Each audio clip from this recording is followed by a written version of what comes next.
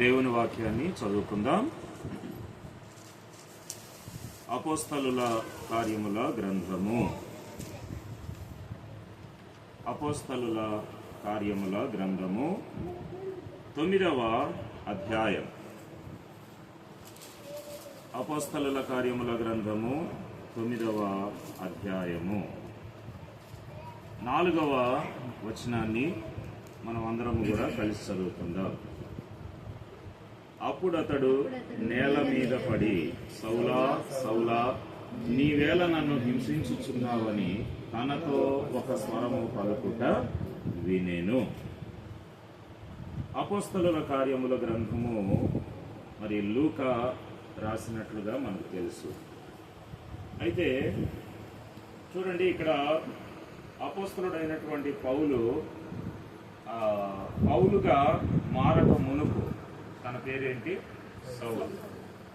ఈరోజు పౌలన్న birthday occasion బట్టి మరి ఏ వాక్యమో తెలియజేయాలి అనేటువంటిది నేను ఆలోచిస్తూ ఉంటే, ప్రభు దగ్గర అడుగుతూ ఉంటే, ఈ వచనాన్ని దేవుడు గమనంలోనికి తీసుకొని వచ్చాడు. ఏంటి అనంటే, దేవుడు ఏమని పిలిచాడు? ఆ వ్యక్తిని ఏమని పిలిచాడు?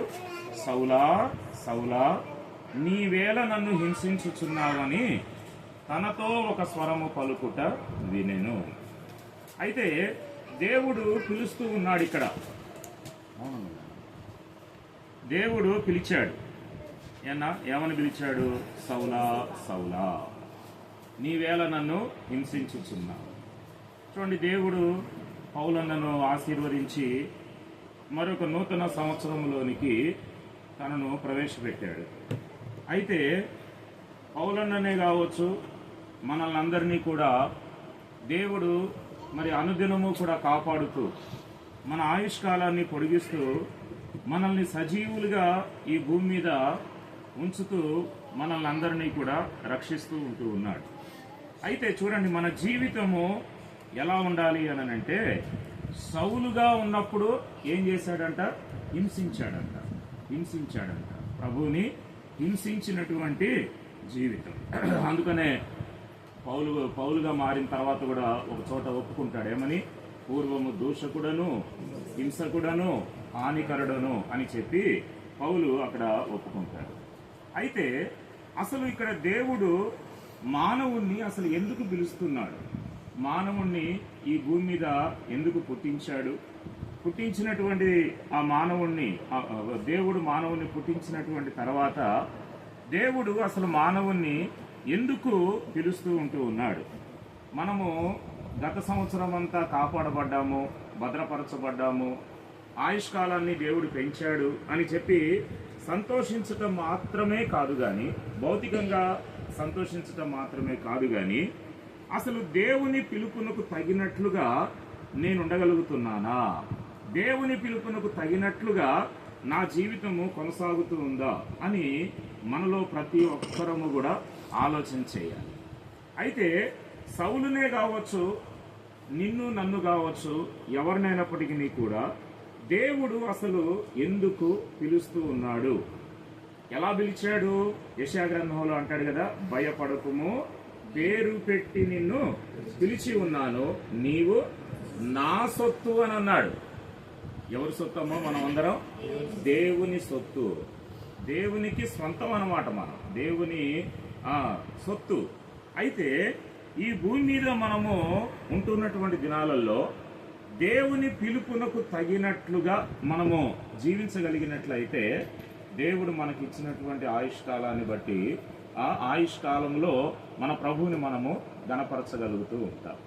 చూడండి, ఎందుకు వచ్చాము ఈ భూమి మీదకి, ఎందుకు బ్రతుకుతున్నాము ఈ భూమి మీద అని మనము ప్రతి ఒక్కరము కూడా ఆలోచన చేయాలి. అసలు దేవుడు నన్ను ఎందుకు పిలుస్తూ ఉన్నాడు? దేవుడు నన్ను ఎందుకు ఇంకా బ్రతికించినాడు? దేవుడు నన్ను ఆశీర్వదించి మరొక నూతన సంవత్సరంలోనికి ఎందుకు నా ఆయుష్కాలాన్ని పొడిగించినాడు? దేవుని యొక్క పిలుపు మన విషయంలో ఏమై ఉన్నది అని చెప్పి మనం అందరం కూడా గమనించాలి. చూడండి, అసలు దేవుడు ఎందుకు పిలుస్తూ ఉన్నాడు? మొట్టమొదటి విషయము గమనించినట్లయితే, కొరింథీయులకు రాసినటువంటి మొదటి పత్రిక మొదటి అధ్యాయం, కొరింథీయులకు రాసిన మొదటి పత్రిక మొదటి అధ్యాయము 9వ వచనం ఏమని రాయబడి ఉంది? మన ప్రభువైన యేసుక్రీస్తు అను తన కుమారుని సహవాసమునకు మిమ్మును పిలిచిన దేవుడు నమ్మతగినవాడు. దేని పిలిచాడన్నా? పౌలన్న సహవాసమునకు మనల్ని పిలిచాడు. ఏ సహవాసము? సహవాసాలు ఎన్నో ఉన్నాయి. లోక సహవాసం ఉంది, అపవాదితో సహవాసం ఉంది, దేవునితో కూడా సహవాసం ఉంది. అయితే దేవుడు ఏ సహవాసానికి పిలిచాడు? యేసుక్రీస్తు అను తన కుమారుని సహవాసమునకు మిమ్మును పిలిచిన దేవుడు నమ్మతగిన వాడు అని చెప్పి అంటూ ఉన్నాడు. కాబట్టి పౌలన్నను కావచ్చు, మరి వాక్యం చెప్తూ ఉన్న నన్ను కావచ్చు, చేరి వచ్చిన మిమ్మల్ని అందరినీ కావచ్చు, దేవుడు అసలు ఎందుకు పిలిచాడు? భయపడకము, పేరు పెట్టి నేను నిన్ను పిలిచాను, నీవు నా సొత్తు అని చెప్పి దేవుని యొక్క పిలుపు అసలు దేనికోసము అనంటే తన కుమారుడైన యేసుక్రీస్తు వారితో మనము సహవాసం కలిగి ఉండటానికే దేవుడు మనల్ని పిలిచాడు. కనుక ఈ రోజున మన సహవాసం ఎవరితో ఎక్కువగా ఉంటుంది? దేవునితో ఎంత సహవాసాన్ని మనం కలిగి ఉంటూ ఉన్నాం? కీర్తన గ్రంథంలో అంటాడు, దుష్టుల ఆలోచన చొప్పున నడవద్దు, పాపుల మార్గమున నిలవద్దు, అపహాసకులు కూర్చుండు చోట కూర్చోవద్దు. అంటే దుష్టులతో సహవాసము మంచిది కాదు, పాపులతో సహవాసం మంచిది కాదు, అపహాసకులతో సహవాసము మంచిది కాదు అని దేవుని వాక్యము సెలవిస్తూ ఉంది. మరి ఎవరితో సహవాసం చేయాలి అని అంటే ప్రభువైన యేసుక్రీస్తువును తన కుమారుని సహవాసమునకు ఆయన మనల్ని పిలిచాడు. కాబట్టి యేసు ప్రభువుతో మనము సహవాసము కలిగిన వారిగా మనము ఉంటూ ఉండాలి. కనుక ఈ నూతన సంవత్సరములో ముందున్న విశ్వాస యాత్రలో కూడా పౌలన్న దేవునితో సహవాసం కలిగి ఉంటూ దేవుని పిలుపునకు తగినట్లుగా ఆయన ఉండగలగాలి. అదే రీతిగా చేరి వచ్చిన మనం అందరం కూడా ఉండగలగాలి. తర్వాత ఇంకెందుకు పిలిచాడు దేవుడు? రోమీయులకు రాసినటువంటి పత్రిక 8వ అధ్యాయం, రోమీయులకు రాసినటువంటి పత్రిక గమనించినట్లయితే రోమీయులకు రాసినటువంటి పత్రిక మొదటి అధ్యాయం చూడండి. రోమీయులకు రాసిన పత్రిక మొదటి అధ్యాయము 3వ వచనం. ఎందుకు పిలిచాడు దేవుడు? రోమా పత్రిక మొదటి అధ్యాయం 3వ వచనం అంటే అక్కడ 1, 2, 7 ఈ వచనాలన్నీ కూడా కలిసి ఉంటాయి. ఎందుకు పిలిచాడు? యేసుక్రీస్తు దాసుడును అపొస్తలుడుగా ఉండుటకు పిలువబడిన వాడును దేవుని స్వార్థ నిమిత్తము ప్రత్యేకింపబడిన వాడునైనా పౌలు రోమాలో ఉన్న దేవుని ప్రియులకందరికీ అనగా పరిశుద్ధులుగా ఉండుటకు పిలువబడిన వారికందరికీ శుభమని చెప్పి వ్రాయునది. ఎందుకు పిలిచాడన్నా దేవుడు మనల్ని? పరిశుద్ధులుగా ఉండుటకు దేవుడు మనల్ని పిలిచాడు. కాబట్టి పరిశుద్ధత చాలా అవసరం. పరిశుద్ధులుగా ఉండటానికే దేవుడు మనల్ని ఏర్పరుచుకున్నాడు, పరిశుద్ధులుగా ఉండటానికే దేవుడు మనల్ని పిలిచాడు. కాబట్టి పరిశుద్ధులుగా ఉండుటకు మనం అందరము కూడా పిలువబడ్డాము.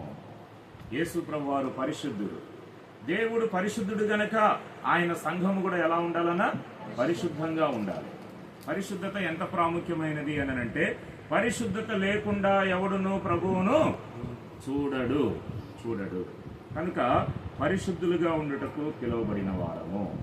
కనుక ఈ నూతన సంవత్సరంలోనికి దేవుడు మరి పౌలన్నను ప్రవేశపెట్టినందుకు ముందున్నటువంటి విశ్వాసయాత్ర అంతట్లో కూడా దేవునికి మహిమకరంగా దేవుని పిలుపునకు తగినట్లుగా ఉండగలగాలి అనంటే తన జీవితంలో తన ముందున్నటువంటి ఆత్మీయ యాత్రలో పరిశుద్ధులుగా ఉండటానికి పరిశుద్ధునిగా జీవించుటకు అన్న కూడా ప్రయాసపడుతూ ఉండాలి. అదే రీతిగా మనం అందరం కూడా.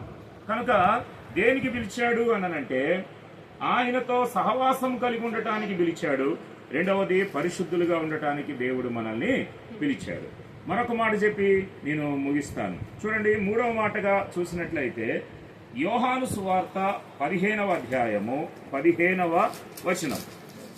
యోహాను సువార్త 15వ అధ్యాయం 15వ వచనంలో ఎందుకు పిలిచాడు దేవుడు? దాసుడు తన యజమానుడు చేయి దానిని ఎరుగడు గనుక ఇక మిమ్మును దాసులని పిలువక స్నేహితులని పిలుచుచున్నాను. స్నేహితులని పిలుచుచున్నాను అంటే దేవుడు ఆయన ఎలా ఆశిస్తూ ఉన్నాడు అని అంటే మనం అందరము కూడా ఆయనకు స్నేహితులుగా ఉండాలని ఆశిస్తూ ఉంటూ ఉన్నాడు. కాబట్టి దేవుని పిలుపు దేనికోసమన్నా మనం అందరము కూడా దేవునికి స్నేహితులుగా ఉండాలని చెప్పి బైబిల్లో ఒక వ్యక్తి గురించి మనం ఇద్దరు వ్యక్తుల గురించి మనం చూడవచ్చు. అబ్రహాము దేవునికి స్నేహితుడు కదమ్మా. తర్వాత మోషే గురించి కూడా రాయబడింది ఏమని, ఒక మనుష్యుడు చూడండి ద్వితీయోపదేశకాండంలో ఉంటుంది ఆ మాట మనం కరెక్ట్గా చదువుకుంటే ద్వితీయోపదేశకాండము 32వ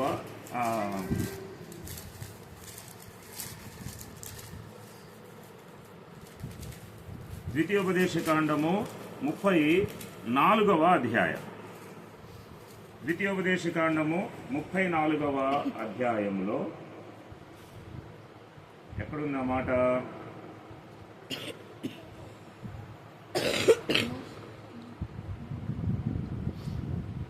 సరే ఆ వచనము నాకు గుర్తురావట్లేదు కానీ ఏమనుంటుందంటే మోషేను కూడా దేవుడు తనకు స్నేహితునిగా ఉన్నట్లుగా ఆయన సాక్ష్యం దేవుని వాక్యంలో రాయబడి ఉంటుంది. కాబట్టి బైబిల్ గ్రంథంలో మోషే కూడా దేవునికి ఆ చివరి వచనంలో ఏమనుంది, వాటి విషయములోను ఆ బాహుబలమంతటి విషయములోను మోషే ఇశ్రాయేలు జనులందరి కన్నుల ఎదుట కలుగజేసిన మహాభయంకర కార్యముల విషయములోను యెహోవాను ముఖాముఖిగా ఎరిగిన మోషే వంటి ఇంకొక ప్రవక్త ఇశ్రాయేలీలలో ఇది వరకు పుట్టలేదు. నేననేది ఇది కాదు.